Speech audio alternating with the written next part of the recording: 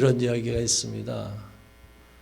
미국의 한 신발 판매 매장에서 에디라는 직원이 해고되었습니다.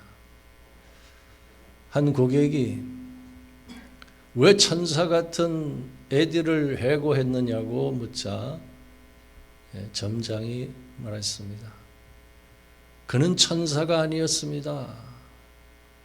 매장 안에선 항상 밝고 즐거운 모습이었지만 실제로는 직장 동료에게 자주 화를 내고 짜증을 내는 트러블 메이커였습니다. 라고 말했습니다.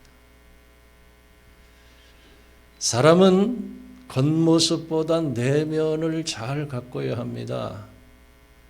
겉사람보다 속사람이 날로 새로워져야 합니다.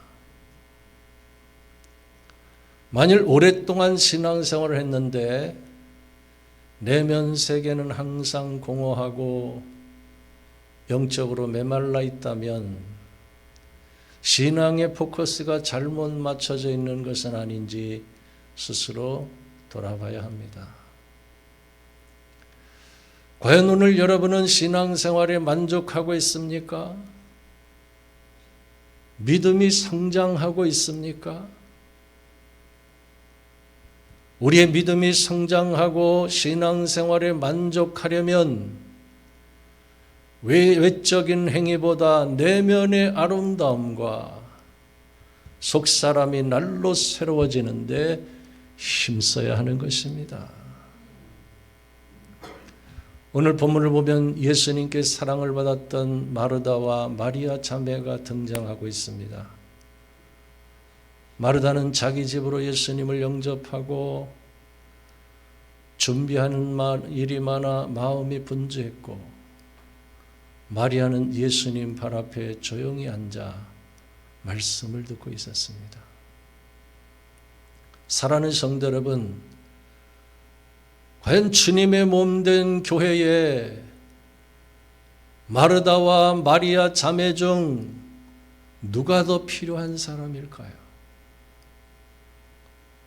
정답은 마르다와 마리아 중 두 사람 모두 필요하다는 것입니다. 예배와 말씀 묵상도 중요하고 몸으로 봉사하고 헌신하는 것도 중요한 것입니다. 바람직한 신앙생활은 이 두 가지의 균형이 잘 맞아야 하는 것입니다. 사실 마르다와 같이 몸으로 봉사하고 헌신하는 것이 얼마나 귀한 일입니까? 특별히 우리 산돌교회는 성도 간의 아름다운 사랑의 교제가 넘치는 교회인데, 거기에는 매 주일마다 주님을 대접하는 마음으로 정성껏 애찬을 공개하는 여자 성도님들의 헌신이 있기 때문입니다. 우리 산돌교회 애찬은 최고입니다. 노예 목사님들이 다 인정하고 칭찬합니다. 둘이 먹다가 하나가 죽어도 모를 정도로 맛있습니다. 뿐만 아니라 이름 없이 빛도 없이 성전 곳곳을 청소하는 분들이 있습니다. 굳은 일을 마다하지 않고 몸으로 봉사하고 헌신하는 분들이 있습니다. 여러분, 주님의 눈길이 머무는 곳이 어디인 줄 아십니까? 이름 없이 빛도 없이 굳은 일도 마다하지 않고 몸으로 봉사하고 헌신하는 곳입니다. 문을 닫고 은밀하게 기도하는 곳입니다. 오른손이 하는 것을 왼손이 모르게 하는 곳입니다. 지극히 작은 자 하나에게 선행을 베푸는 곳입니다. 그렇습니다. 마르다처럼 몸으로 봉사하고 헌신하는 것은 정말 귀한 일인 것입니다. 다만 예수님께서 마르다에게 한 가지를 지적하셨는데 우리 함께 본문 41절과 42절 말씀을 한 목소리 다 같이 한번 읽어보겠습니다. 시작. 주께서 대답하여 이르시되 마르다야 마르다야 내가 많은 일로 염려하고 근심하나 몇 가지만 하든지 혹은 한 가지만이라도 족하니라. 마리아는 이 좋은 편을 택하였으니 빼앗기지 아니하리라 하시니라. 여기 보면 예수님께서는 마르다의 섬김의 행위를 책망하신 것이 아니라 마르다가 많은 일로 염려하고 근심한 것에 대하여 책망하셨던 것이. 마르다의 섬김에서 우리가 조심해야 될 것 세 가지가 있는데 여러분 그것이 무엇인 줄 아십니까? 염려와 근심과 불평입니다. 이 세 가지는 우리 영혼의 독입니다. 자신도 불행하고 다른 사람도 불편하게 만듭니다. 신앙의 본질을 무너뜨리고 하나님의 영광을 가립니다. 그러므로 성도는 반드시 염려와 근심과 불평을 버려야 하는 것입니다. 그런가 하면 우리가 평생 붙들어야 할 본질적인 신앙의 핵심 키워드가 있는데 과연 그것이 무엇인지 주의 깊게 잘 들어보시기 바랍니다. 오늘을 살아가는 현대인들은 자본주의와 물질적인 가치관의 영향으로 더 많은 소유와 성취가 인생을 행복하게 할 것이라고 착각하며 살아가고 있습니다. 하나 세계적인 사회 심리학자 에리 프롬은 자신이 쓴 소유냐 존재냐라는 책에서 예수님의 얻고자 하는 자는 잃을 것이요 잃고자 하는 자는 얻을 것이라는 말씀을 인용하며 인간은 소유가 아니라 오히려 비움과 나눔을 통해 풍성한 존재의 보람을 누리게 된다고 강조했습니다.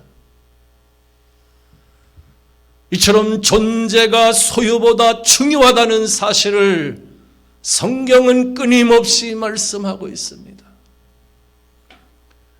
존재가 소유보다 중요하다는 사실을 성경은 끊임없이 말씀하고 있습니다. 디모데후서 3장 16절은 모든 성경은 하나님의 감동으로 된 것으로 교훈과 책망과 바르게 함과 의로 교육하기에 유익하니 이는 하나님의 사람으로 온전하게 하며 모든 선한 일을 행할 능력을 갖추게 하려 함이라고 했습니다. 이처럼 성경은 먼저 하나님의 사람으로 온전하게 하는 것이 먼저이고 그 다음에 모든 선한 일을 행할 능력을 갖추게 하려 함이라고 말씀하고 있습니다. 언제든지 인격의 온전함이 행위의 온전함보다 앞서는 것입니다. 여러분, 왜 마리아가 예수님 발 앞에 앉아 말씀 듣기를 사모했던 것일까요? 먼저 자신의 영혼이 살아나야 하고 하나님의 뜻을 분별하는 눈이 열려져야 했기 때문입니다.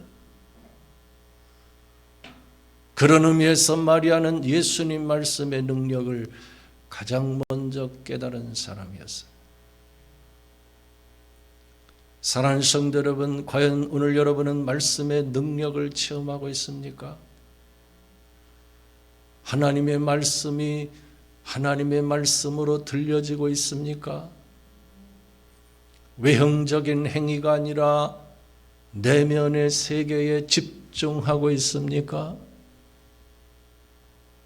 우리가 존재의 성숙함이 없이 소유와 성취만 추구하면 결과적으로 그 인생은 공허와 허무만 남는 것입니다.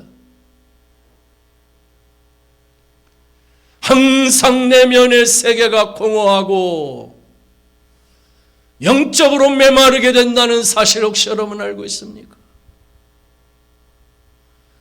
그러므로 우린 존재에 대하여 고민해야 합니다.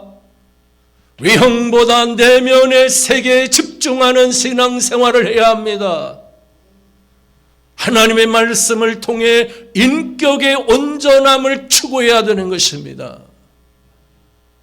할렐루야. 두 번째는 비교보다 사명에 집중해야 합니다. 여러분, 마르다가 불평과 원망에 빠진 이유가 무엇입니까? 그것은 비교의식 때문이었습니다. 그는 동생 마리아와 자신을 비교하고 있었어요. 자신은 예수님을 위해 열심히 땀 흘리며 부엌에서 일하고 있을 때 동생 마리아는 예수님 발 앞에 앉아서 말씀만 듣고 있었으니 얼마나 미웠겠습니까? 오늘 본문을 보면 마르다는 순간적으로 분을 참지 못해 마치 예수님께 명령하듯이 이렇게 말합니다. 본문 40절에 보면 주여, 내 동생이 나 혼자 일하게 두는 것을 생각하지 아니하시나이까? 그를 명하사 나를 도와주라 하소서. 그는 분노와 불평에 사로잡혀서 감히 예수님을 향해 책망하며 명령하고 있습니다.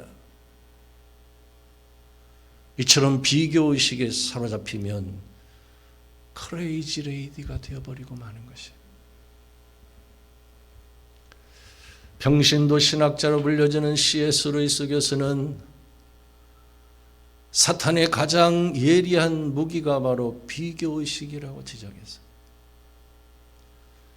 비교의식 때문에 우린 존재의 기쁨을 잃어버립니다. 섬김의 감격을 상실합니다. 봉사의 의의를 소멸합니다. 이처럼 비교의식은 지금까지 쌓아올린 믿음의 공든 탑을 한순간에 다 무너뜨리는 것이에요. 누구든지 비교의식에 사로잡히면 말씀도 은혜도 신앙 훈련도 다 무용지물이 되어버립니다.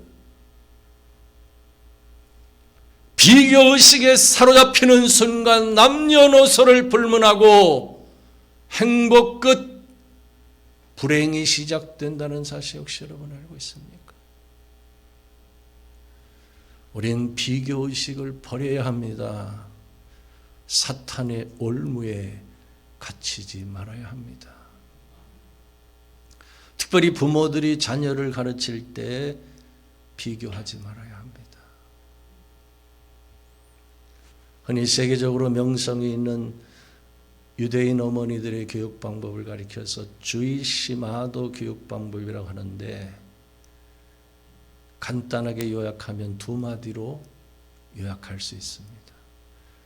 너희 자녀를 비교급 인생으로 만들지 말고 최상급 인생으로 만들어라. 절대로 비교하지 말라는 것이. 내 자녀를 다른 자녀와 비교하지 말고 있는 모습 그대로 축복하라고 강조합니다. 그런 교육을 받고 자란 대표적인 사람이 바로 아인슈타인이었어요. 아인슈타인은 초등학교 때부터 고등학교 때까지 성적표를 받을 때마다 꼴찌였다는 것이에요. 고등학교를 졸업하는 마지막 성적표에는 선생님이 이 학생은 앞으로 무슨 공부를 하든지 공부로 성공할 것 같지는 않음이라고 기록했다는 것이에요. 흔히 그 성적표를 받아든 어머니의 마음이 오죽했겠습니까? 허나 성적표를 받을 때마다 그의 어머니는 아인슈타인을 품에 안고 축복했어요. 내 아들아, 걱정할 것 없다. 남과 같아지려고 하면 결코 남보다 나아질 수 없는 법이다. 하지만 너는 남과 다르기 때문에 기필코 훌륭한 인물이 될 것이다. 과연 그는 세계적인 물리학자가 되었어요. 여러분, 얼마나 위대한 교육 방법입니까? 요한복음 21장에 보면 아주 흥미로운 사건이 기록되어 있습니다. 예수님께서 베드로의 순교를 예언하며 네가 젊었을 때에는 주님을 부인했지만 너의 마지막은 영광스러운 죽음을 맞이하게 될 것이라고 말씀하셨어요.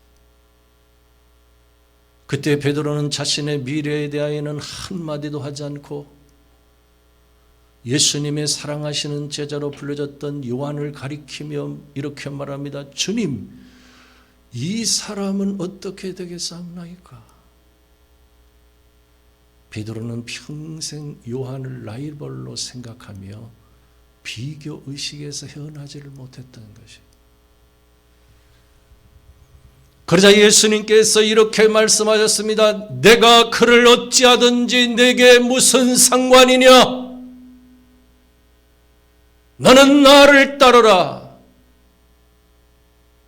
다시 말해 너는 비교하지 말고 너에게 주어진 사명에 집중하라고 말씀하셨던 것이. 사랑하는 성도 여러분, 나보다 더 잘 나가는 사람, 나보다 인기가 있는 사람, 나보다 잘 사는 사람과 자신을 비교하지 마시기 바랍니다. 누구든지 비교의식에 빠지는 순간 기쁨과 감사와 은혜를 다 잃어버리고 행복 끝 불행의 시작 버튼을 누르게 되는 것이죠. 오늘 이 설교를 듣는 여러분 모두가 누군가와 자신을 비교하지 말고 하나님께서 자신에게 맡기신 사명에 집중하는 성도들이 되실 수 있기를 주님의 이름으로 축원합니다. 끝으로 불평보다 말씀에 집중해야 합니다. 오늘 본문을 보면 마르다와 마리아의 모습이 얼마나 대조적입니까? 마르다는 많은 일로 마음이 분주하여 염려하고 불평하고 있을 때 마리아는 조용히 주님 발치에 앉아 말씀을 듣고 있었어요. 본문 42절에 보면 예수님께서 말씀하시기를 마리아는 이 좋은 편을 택하였으니 빼앗기지 아니하리라 하고 칭찬하셨어요. 과연 예수님께서는 어찌하여 마리아를 칭찬하셨던 것일까요? 왜 마리아처럼 말씀에 집중하는 신앙이 그토록 중요한 것일까요? 우리는 말씀을 통해서 주님의 마음과 주님의 뜻을 분별할 수 있기 때문입니다. 그것은 오직 말씀을 통해서만 되는 거예요. 마태복음 26장에 보면 너무나 다른 두 종류의 사람들이 등장하는데 그들이 누구인지 아십니까? 예수님께서 십자가를 지시기 전 베다니에 있는 나병 환자 시몬의 집에 계실 때 마리아가 향유 옥합을 깨뜨려서 예수님 머리에 부었습니다. 그것은 예수님의 장례를 위함이었어요. 여러분, 이처럼 마리아가 예수님 머리에 향유를 부었을 때 제자들이 뭐라고 말했는지 혹시 기억하고 있습니까? 제자들이 분개하며 내가 무슨 의도로 이것을 허비하느냐? 이것을 비싼 값에 팔아 가난한 자들에게 줄 수 있었겠도다 라고 책망합니다. 그야말로 하늘과 땅입니다. 눈먼 자와 눈이 열린 자예요. 예수님의 마음을 헤아리고 있는 마리아와 예수님의 마음을 1도 모르는 제자들과의 차이점을 과연 무엇으로 설명할 수 있겠습니까? 그것은 오직 한 가지. 마리아는 예수님의 말씀을 사모한 여인이었기 때문입니다.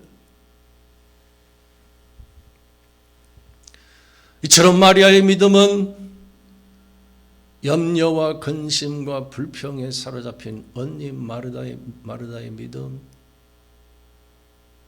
또한 예수님의 마음을 1도 헤아리지 못했던 제자들의 믿음과는 비교조차 할 수 없을 정도로 성장해 있었어요. 그는 자신의 전 재산인 향유옥합을 깨뜨려서 예수님의 장례를 준비하면서 눈물을 흘리며 감격하고 있었어요. 이런 마리아의 마음속에 공허와 허무함이 자리 잡을 수 있었을까요? 영적인 메마름이 발을 붙일 수 있었을까요? 염려와 근심과 불행이 영향을 끼칠 수 있었을까요? 예수님의 마음을 1도 헤아리지 못하는 우매함이 스며들 수 있었을까요? 마리아는 말씀을 사모하는 믿음을 통해 내면의 아름다움과 속사람이 날로 새로워지는 성숙한 신앙인으로 성장할 수가 있었던 것입니다. 반면에 말씀이 없는 신앙은 알맹이가 없는 껍데기 신앙으로 전락해버릴 수 있다는 사실 혹시 여러분 알고 있습니까? 마리아는 말씀을 통해 예수님의 죽음의 의미를 깨닫고 자신의 전 재산인 향유옥합을 깨뜨려서 아낌없이 예수님 머리에 부어서 이처럼 진정한 헌신은 말씀을 깨달을 때 가능해지는 것입니다.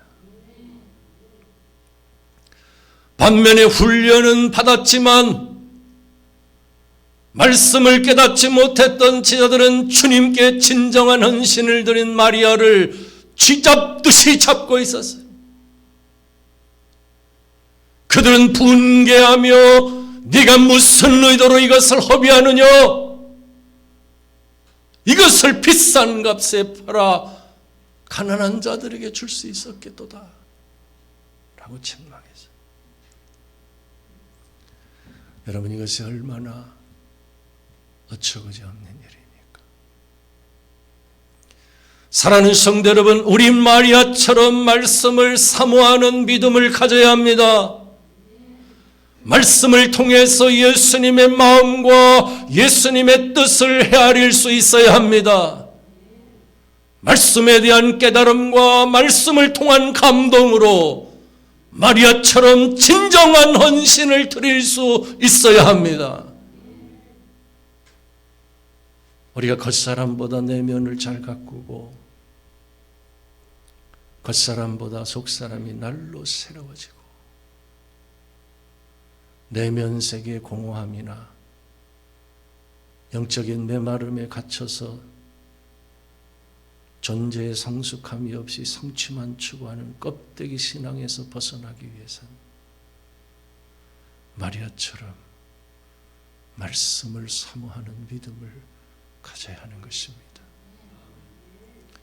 오직 말씀 안에 신앙생활에 참된 만족이 있고 바른 믿음의 성장이 있는 것입니다.